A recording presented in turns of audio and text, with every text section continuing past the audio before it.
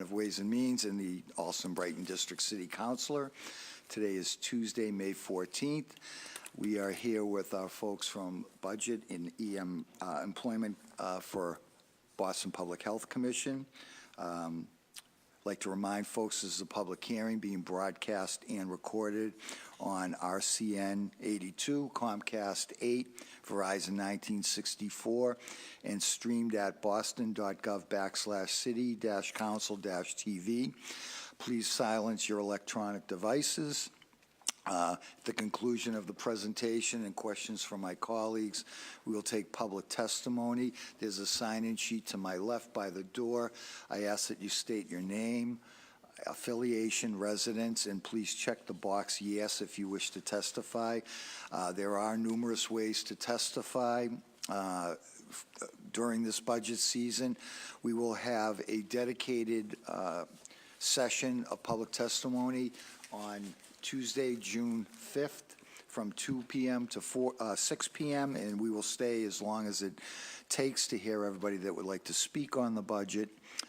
You can submit written testimony to ccc.wm@boston.gov. And we are here again for dockets 0718 and docket 0719 regarding the recently settled collective bargaining between Boston Police Patrolmen's Association and EMS. Docket 0718, message and order approving a supplemental appropriation for Boston Public Health Commission for FY19 in the amount of $1,933,679 to cover the FY19 costs contained within the collective bargaining agreements between the Boston Public Health Commission and the Boston EMS Division of the Boston Police Patrolmen's Association. And docket 0719, message in order to reduce the FY19 appropriation for the reserve for collective bargaining by $1,933,679 to provide funding for the Boston Public Health Commission for the FY19 increase contained with the collective bargaining agreements between the Boston Public Health Commission and the Boston EMS Division of the Boston Police Patrolmen's Association. I've been joined by several of my colleagues. To my immediate left, my friend from South Boston, Councilor Ed Flynn. To my right, friend from Jamaica Plain, Councilor Matt O'Malley. And to my far left, Councilor at Large, my friend from South Boston, Michael Flaherty. And Jim Hooley's in the house. How are you, Jim? So with that, good timing, Jim. I'll hand it over to Jim and David and Jim. Sure. Good morning. Thank you, Council Siomo, Flynn, O'Malley, and Flaherty for inviting us here today. My name is Jim Williamson. I'm a Deputy Director here in the Office of Budget Management. I'm here to offer testimony on the two dockets before us today in the appropriations they change. I'm also joined by my colleagues from the Public Health Commission, Dave Sussage and Chief Hooley. Dockets 0718 and 0719 are appropriation orders that cover the FY19 costs of the collective bargaining agreements between the Boston Public Health Commission and the Boston EMS Division of the Boston Police Patrolmen's Association for $1.9 million. As you remember, the FY19 budget passed by the Council set aside $38.4 million for the collective bargaining reserve. So far in FY19, this is the 14th supplemental collective bargaining appropriations. The City Council has previously passed appropriations for the Teamsters, Park Rangers, Municipal Police Patrolmen and Superiors, PHC Counselors, BPS Storekeepers, the Firefighters Union, PHC Programs, Boston Public Schools Administration Guild, ASME 1526, the Typographical Union, and the BPS Bus Drivers, and the PSA Union in the library. With the approval of this supplemental, the remaining balance of the FY19 collective bargaining reserve will be $13.3 million. With the completion of this contract, the city will have settled agreements with 88% of its unions. I'm happy to turn it over to Dave to go through some highlights of the contracts, and we're happy to answer any questions you might have for us. Thank you. Good morning. I'm Dave Sussick. I'm counsel for the Boston Public Health Commission, here in support of the appropriation request now before you to fund the new collective bargaining agreements between the Boston Public Health Commission and the Boston EMS Division of the Boston Police Patrolmen's Association. This unit consists of approximately 370 uniformed members of Boston EMS. It includes EMTs, paramedics, and supervisors in the ranks of lieutenant and captain. The previous collective bargaining agreement expired on June 30th, 2017, and the parties have agreed to 2 successor collective bargaining agreements that cover the 4-year period, July 1st, 2017 through June 30th, 2021. The agreement includes new provisions that we feel will enable Boston EMS to operate more efficiently and effectively. It gives the department greater flexibility to communicate information electronically instead of relying on paper processes. It reaffirms, raises the standards for employees assigned to train EMT recruits and reaffirms the department's assignment rights in those areas. It enhances the department's ability to respond to chronic absenteeism as well. The parties further agreed to standards for the use and storage of body armor issued by the department to the employees, and also clarifies and reaffirms the mechanism for implementing future health insurance changes that are agreed to by the City of Boston and its Public Employees Committee for members of this unit. For the compensation and benefits, this group will receive the same annual 2% increases. These are effective each July during the term of the contract that other groups have gotten. There's increases to the hazardous duty differential of 1% per year, July 2018, July 2019, and July 2020. We increased personal days issued to the employees from 1 personal day a year to 2 personal days a year, effective this year. There were longevity payment increases for employees at all for the senior employees at all the levels of service. There's an existing longevity program in the contract with the service levels and the rates that go with that. We just increased the rates. There were also some classification increases for the senior EMTs, those are the lieutenants, and also employees in the title of training supervisor who hold the rank of captains. And in addition, this group will be covered by the paid parental leave policy that the Health Commission has, which is consistent with what was the City Council's 2015 ordinance on that subject. So basically, this agreement was the product of negotiations that lasted just short of a year. It provides a fair compromise with benefits to both parties and is in line with the prior settlements at the Health Commission at the City of Boston, and therefore we respectfully request that you approve the appropriations, and be happy to answer any questions. Thank you, David. And let me first say how much we appreciate the work Chief Hooley and all the men and women from EMS. They respond to so many calls. When we call our police, there's usually an ambulance following or maybe even ahead of them. Same thing with firefighters. So I want to thank Chief Hooley, and please pass along my gratitude to all of the men and women in EMS. And as you said, David, I think this is very consistent with every other collective bargaining agreement we've been seeing from the city, with a few enhancements like the hazardous longevity pay for these men and women. Just wanted to, one quick question. Some of the efficiencies and flexibility, could you maybe just outline some of the provisions that you feel make it more efficient and more flexible? Yeah, well, one of the things is we want to rely more heavily on electronic means of communication. This is a big unit. As you know, they're spread out all over the city because they cover the entire city. And so trying to get directives and notices and policies and basic operational information to the employees by paper is a time-consuming and costly endeavor. So we've put some provisions in the contract that allow us to get that out electronically. We now have email access to all of the members of the unit. So that's one way we have done that. We're also hoping that some modifications to our existing sick leave policy will help us better to discourage and deter excessive absenteeism and the costs that go along with that.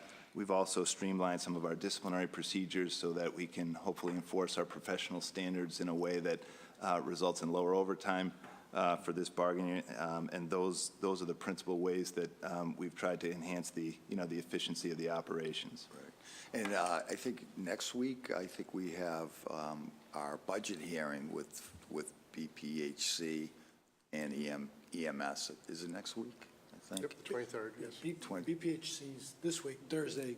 That's right, that's right. With recovery. and- Right.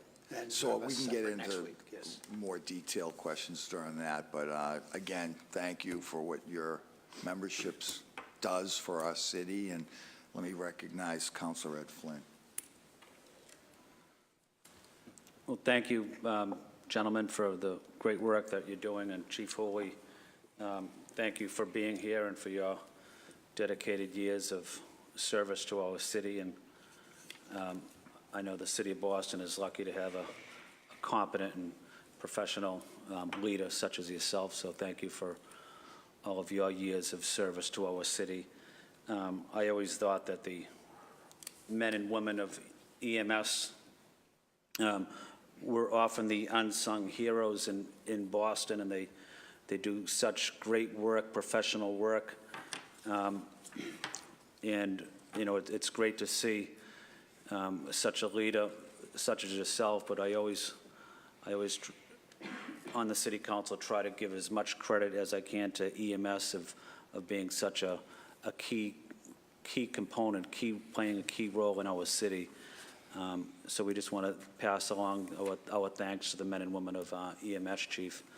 I was wondering in this budget if there's anything, I ask this on every budget hearing, collective bargaining hearing, but is there anything in here specifically that assists any veterans that are currently working for your department, whether that might be access to more days off for sick time or to visit the VA, or is there anything that we can do extra, maybe not this time, but down the road?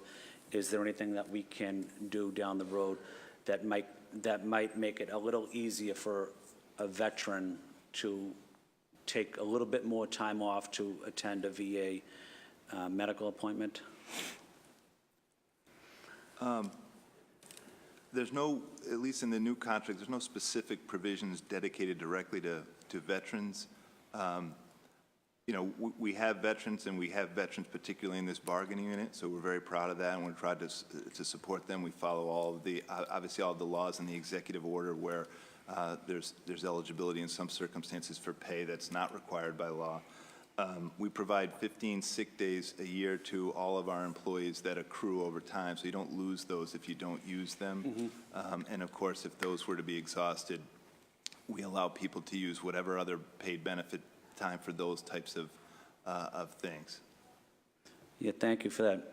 Thank you for that answer. I know that's helpful, 15 sick days, but I always think about a returning veteran that gets the same amount of sick time allocated to him or her after that person has just been away for a year and a half in Iraq or Afghanistan or wherever, and they're almost treated the same as someone else that hasn't served, and they have other specific health-related issues that a non-veteran may not have or may have. But I know maybe this isn't the time to talk about it, but just something to think about long-term is maybe we can think of a way where we can recognize our returning veterans with a certain amount of, maybe it's 2 days, or maybe it's 3 days or 4 days, but allowing them to go to specific VA medical appointments that wouldn't be used towards the traditional 15 days allocated under the, that everyone gets. I know the importance of the VA for returning veterans, and I just want to see if there's anything else we can possibly do as a city to help our returning veterans. So I know now is not the time we're able to settle this, but maybe down the road, if that's something you might be willing to take a look at.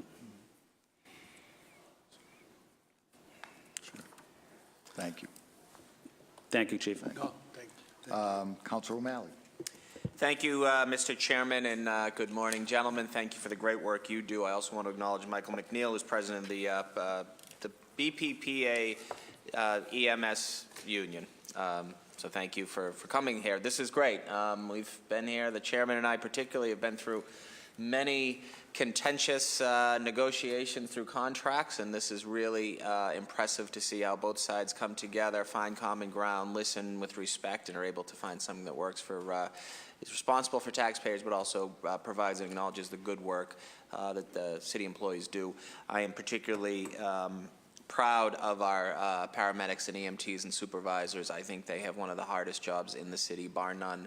Often do it for little fanfare, often do it for less money than they truly deserve. And we are incredibly lucky, Chief, for the men and women who work under you, who do a great job day in and day out. And just looking forward to supporting this soon. Thank you. Thank you. Counselor Flaherty. Thank you very much, Mr. Chairman. And Commissioner, just a question I'm always asking folks, and really probably appreciate your advocacy with our city in terms of having chiropractic services added to our formulary for city employees to be the beneficiaries of that as we look at our health insurance plans here. I know that a significant portion of your members tweak their knees, their backs, their legs. I've done the ride-alongs. I see what they do on a day-to-day basis, and the heavy equipment that they're carrying, getting people in and out of tight spots on stretches, et cetera. And what happens is someone will tweak their back or their knee or their neck, and then they're out for months. When if they could just go to their chiropractor to get an adjustment, they're back on the job that afternoon or the next day. And then we have this whole opioid piece of it, which is everyone's on the Flexerol, and then it's the perks, and then it's worse. So I would love to see all of our city departments, particularly our public safety, our public works, our parks department, where we have a lot of our individuals operating heavy equipment and/or constantly lifting things, participate in putting pressure on those that make decisions in this building with respect to our health insurance. We pay a huge premium, and we have a lot of bargaining strength because we have over 18,000 city employees. Why in God's name we don't have chiropractic services on our formulary sort of defies logic on a number of different fronts, from a lost work man-hour perspective, but also when we're battling an opioid crisis, when people can go in and get an adjustment and be right back to work, as opposed to having to get on the Family Leave Act and see a primary, then to see a specialist, and then get an x-ray, then get an MRI, and then all that whole time they're on pain medicines. 2019, I just banged my head up against the wall. So I'm going to need your help in that advocacy. I think your members would very much appreciate it, particularly those that benefit from chiropractic services. And get your thoughts on it, John, if you see those situations coming through your department with the injuries that you see, could some of them be treated in a chiropractic way and get folks right back out on the job? Because most of your members, they love the job. They don't want to miss out on the action. But once you start that process and once you pull the paperwork for it, all our hands are tied. And then it's a whole lengthy process by which individuals are out of work tending to an injury that, quite frankly, could be fixed at a quick chiropractic visit. So I'd love to get your thoughts on that. Anyone in particular? Yeah, just anyone that can. You guys see it on a regular basis. You have men and women in your department go out injured, and they would very much love the benefit of being able to get chiropractic services. But for some reason, our health insurance plan doesn't allow that, and I think that just defies logic. And I think that we would see a huge benefit from a workman standpoint, work hours standpoint, but also from those that are injured, and also getting into the prescription medication piece of this thing. No, well, thank you. As someone who's never taken advantage of that. So Me neither. It's okay, so it's hard for me to speak firsthand, but again, it sounds like there's some testimonials, certainly, that some people find. And I mean, just in general, I would say yes, anything that helps, one, our people stay healthy, avoid injury, anything that helps shorten the time you're out, anything that helps us to get people back to like full unrestricted duty is a benefit to us, certainly as an agency, because if not, our answer is when you're out and recovering from anything, whether it's surgery or what have you, you're typically being replaced on overtime because we have minimum staffing levels, and so it's certainly, I'm sure that the cost, just like any provider thing in healthcare, can be balanced and measured and drawn. So I guess all I can say right now is just thank you for even thinking about it and thinking about the wellness of our personnel. Gotcha. And I raise it through the language items in the contract. Health insurance is a specific clause that the parties clarify and reestablish mechanisms for implementing future health insurance changes adopted by the city and the city's Public Employees Committee. And I think that as we head towards renewing our health insurance contract, collectively, we need to put an oar in the water to advocate for chiropractic services, that they be allowed to the formulary so that city employees and their families get the benefit of having that. And I would think that, and just from the men and women that I've heard from, not just throughout public safety sector, our police, fire, and EMS, but other city employees oftentimes ask that, as well as why it's not included in the formulary. And we have tremendous bargaining power, just given our size and the number of employees and their families that we employ, and we insure. I think the time has come to have a very frank conversation with our carriers to make sure that we add that to the formulary, and when city employees have a back, neck, or knee issue, that they can go get a quick adjustment and be right back to work, as opposed to having to go through this lengthy, Family Leave Act policy and be out for weeks, if not months.